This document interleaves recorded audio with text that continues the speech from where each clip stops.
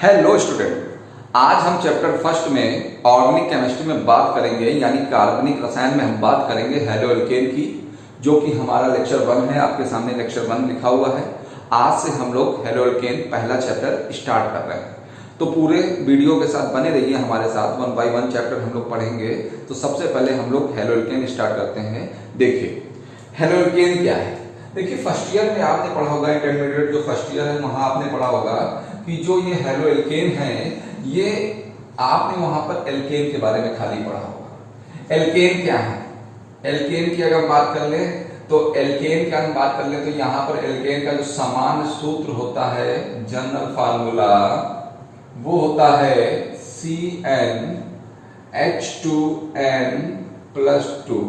ठीक है, आपके पेपर में बहुत आसानी से पूछ देगा, चाहे वो कंपटीशन का एग्जाम हो, चाहे वो अभी आपका इंटरमीडिएट का एग्जाम हो, आपसे पूछ देगा कि एल्केन का आप सामान्य सूत्र बताइए, सामान्य फार्मूला बताइए, जनरल फार्मूला बताइए।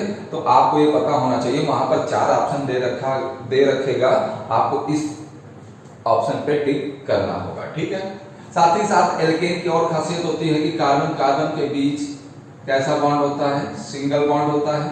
कैसा बॉन्ड होता है? सिंगल बॉन्ड होता है। और आप देखोगे अंत में इसके क्या लगता है? अंत में एन लगता है। क्या लगता है? एन। जैसे मेथेन, प्रोपेन, ब्यूटेन, पेंटेन, सब में देखिए एन आ रहा है कि नहीं आ रहा है? Methane, ethane, propane, butane, pentane, hexane, heptane, देखिए सब में लास्ट में क्या आ रहा है? एन आ रहा है कि नहीं आ रहा है? अगर एन आ रहा है तो वो क्या है? एल्केन है। मगर यहां बात हो रही है हेलो एल्केन की, यानी हेलो एल्केन 2 शब्दों से मिलकर बना है। हेलो का मतलब होता है हेलो और प्लस एल्केन 2 शब्दों से मिलकर बना है। हेलो का मतलब यहाँ हैलोजन से, हेलो का मतलब किससे है? हैलोजन से है। और एल्केन ये आपके सामने लिखा हुआ है। ठीक है, आप हैलोजन को क्या कहेंगे? हैलोजन को कह सकते हैं आप यहाँ पर, मैं लिख देता हूं, फिर कल बाहर आएगी। ठीक है, fluorine, chlorine, bromine, iodine, fluorine, chlorine, bromine, iodine, फिर कल बाहर आएगी। ठीक है, तो इस तरह आप याद रख सकते हैं हैलोजन को। ठीक है, तो अब ध्यान दीजिएगा। और एल्केन क्या है? एल्केन जिसके कार्बन कार्बन के बीच सिंगल बॉन्ड हो और अंत में क्या है? एन है। ठीक है, तो हैलोजन और प्लस एल्केन दोनों को मिलाकर बना है हेलो एल्केन। चलिए आगे देखिए।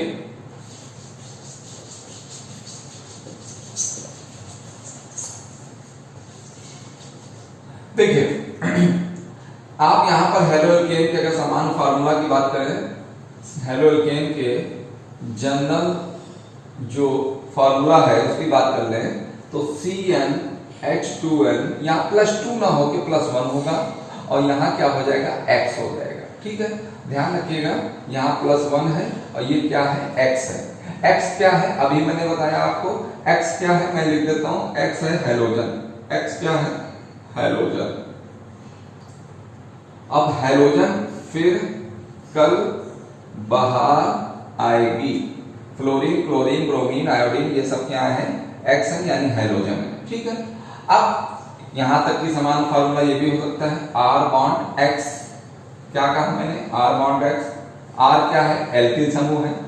R क्या है? एल्किल समूह है। ध्यान रखिएगा, एल्किल समूह।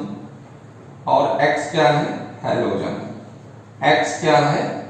हैलोजन है। ठीक है, अब देखोगे आप इस R की एल्किल समूह की जगह आप यूज कर सकते हो CH3 या C2H5, ये सब एल्किल समूह है। आसानी से एटसेट्रा C3H7 भी यूज कर सकते हैं, परंतु मेथिल और एथिल यानी CH3 को क्या कहते हैं? मेथिल, और C2H5 को क्या कहते हैं? एथिल। इसका ज्यादा यूज होगा। ठीक है, तो X क्या है? हैलोजन है। फिर फ्लोरीन, क्लोरीन, ब्रोमीन, आयोडीन। जैसे मैं एग्जांपल ले लेता हूं, यहाँ पे R की जगह मैंने मान लीजिए CH3 यूज किया और X की जगह Cl यूज किया, तो ये क्या है? हेलो एल्केन एक प्रकार का। इसको CH3 को कहेंगे मेथिल और Cl को क्या कहेंगे? Chloride, methyl chloride. इसी जगह पे C2H5 मैं इस R की जगह ले लेता हूं और यहां पर यूज कर लेता हूं Br, तो ये है एथिल और Br को क्या कहेंगे, ब्रोमाइड, एथिल ब्रोमाइड। ठीक है, तो ये इस तरह आप हेलो एल्केन बना सकते हैं। साथ ही साथ अब हम लोग अपने टॉपिक पे आ जाते हैं। देखिए मैंने क्या बताया, हेलो एल्केन दो शब्दों से मिलकर बना है, एक बना है आपका हेलोजन और एल्केन। ठीक है, अब ध्यान रखिएगा वहां पर फर्स्ट ईयर में एल्केन था और यहाँ पे क्या है, हेलो एल्केन। देखिए अब हम लोग पढ़ेंगे एल्केन बनाने की सामान्य विधियां। तो आगे हम बात कर लेते हैं एल्किल हैलाइड बनाने की सामान्य विधियां, यानी मार्कोनिक-काफ का नियम। मार्कोनिक-काफ का नियम आपने फर्स्ट ईयर में पढ़ा होगा, वेरी मोस्ट इंपॉर्टेंट है। वीडियो के साथ बने रहेंगे तो आपको पूरा समझ में आएगा।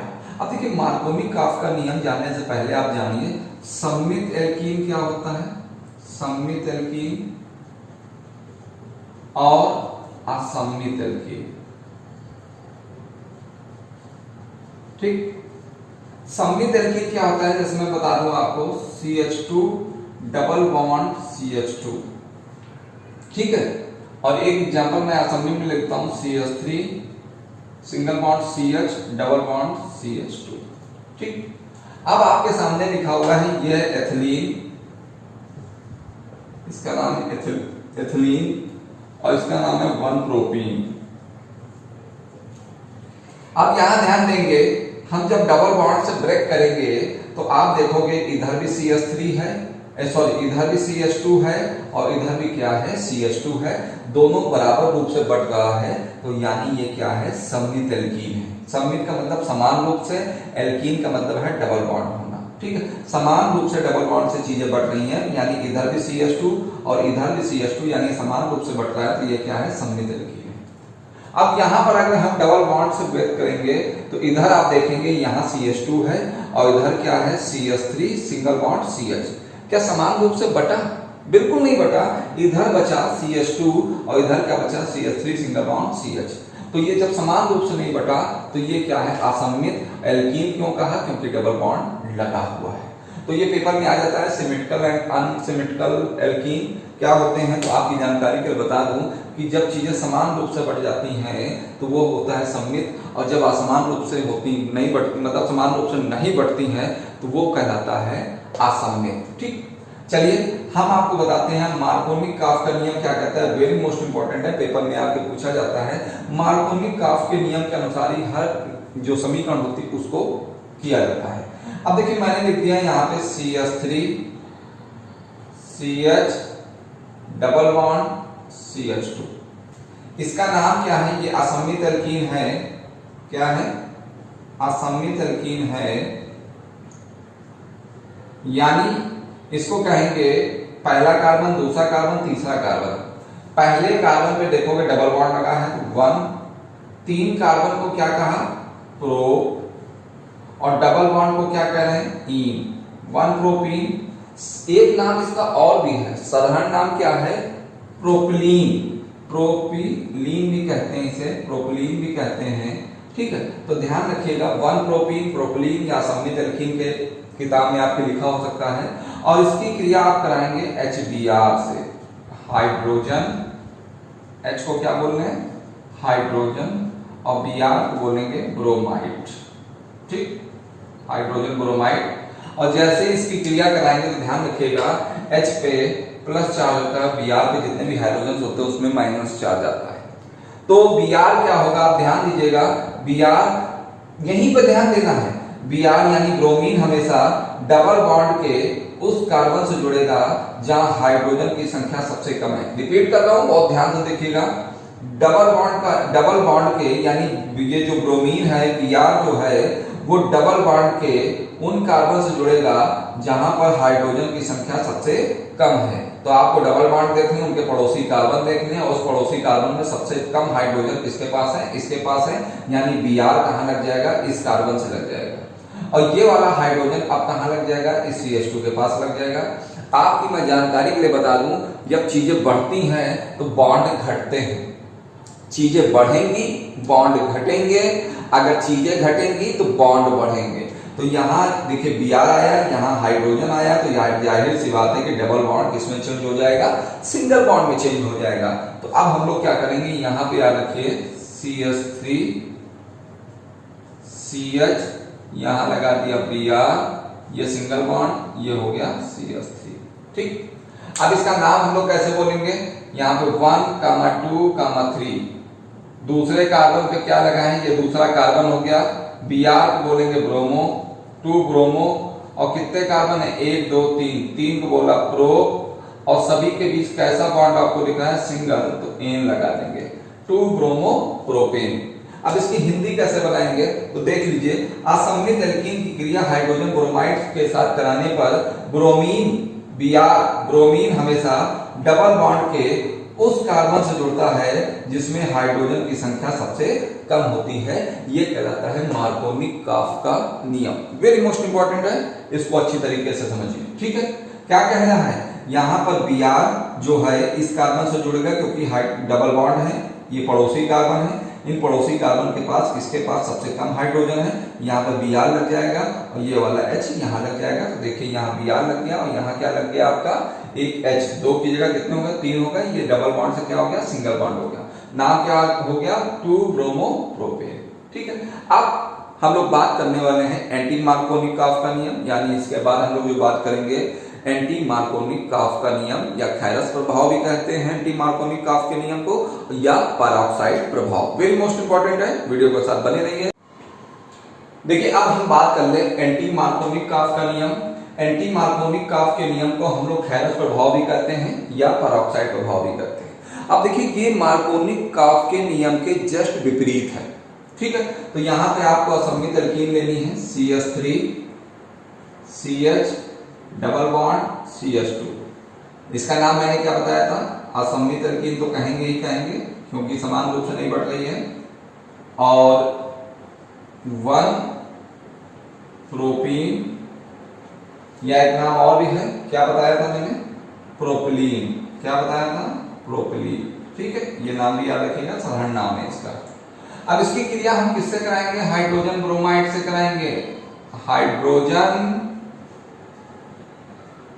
ब्रोमाइड, खाली हाइड्रोजन ब्रोमाइड से ही कराई गई ये रिएक्शन, ध्यान रखिएगा। अब क्या होगा, Br पे -4, H पे +4, यहां पे देखिए ब्रोमीन, यानी जब असममित एल्कीन की क्रिया हाइड्रोजन ब्रोमाइड से कराते हैं तो ब्रोमीन हमेशा डबल बॉन्ड के उस कार्बन से जुड़ेगा जिसमें हाइड्रोजन की संख्या सबसे ज्यादा होगी। यानी मार्कोनी-काफ के नियम में डबल बॉन्ड के उस कार्बन से जुड़ता था, यानी इन पड़ोसी कार्बन में उस कार्बन से जुड़ता था जहां पे हाइड्रोजन की संख्या क्या थी, सबसे कम थी। यहाँ पे क्या है, जस्ट उल्टा है, यहाँ क्या है, ब्रोमीन हमेशा डबल बॉन्ड के उस कार्बन से जुड़ेगा जहां हाइड्रोजन की संख्या सबसे क्या होगी, ज्यादा होगी। तो यहाँ पे जुड़ेगा ब्रोमीन, Br कहाँ जुड़ जाएगा, इसके साथ, और हाइड्रोजन अपनी कहाँ चला जाएगा, इसके साथ, और ये डबल बॉन्ड किसमें चेंज हो जाएगा, सिंगल बॉन्ड में चेंज हो जाएगा। यहाँ पे CH3, ये CH2 सिंगल बॉन्ड CH2, और यहाँ क्या लग गया, Br। अब इसका नाम कैसे पढ़ेंगे, देखिए नंबरिंग इधर से ही करेंगे क्योंकि हेलोजन लगा हुआ है इधर से, 1 2 3, ये हो गया 1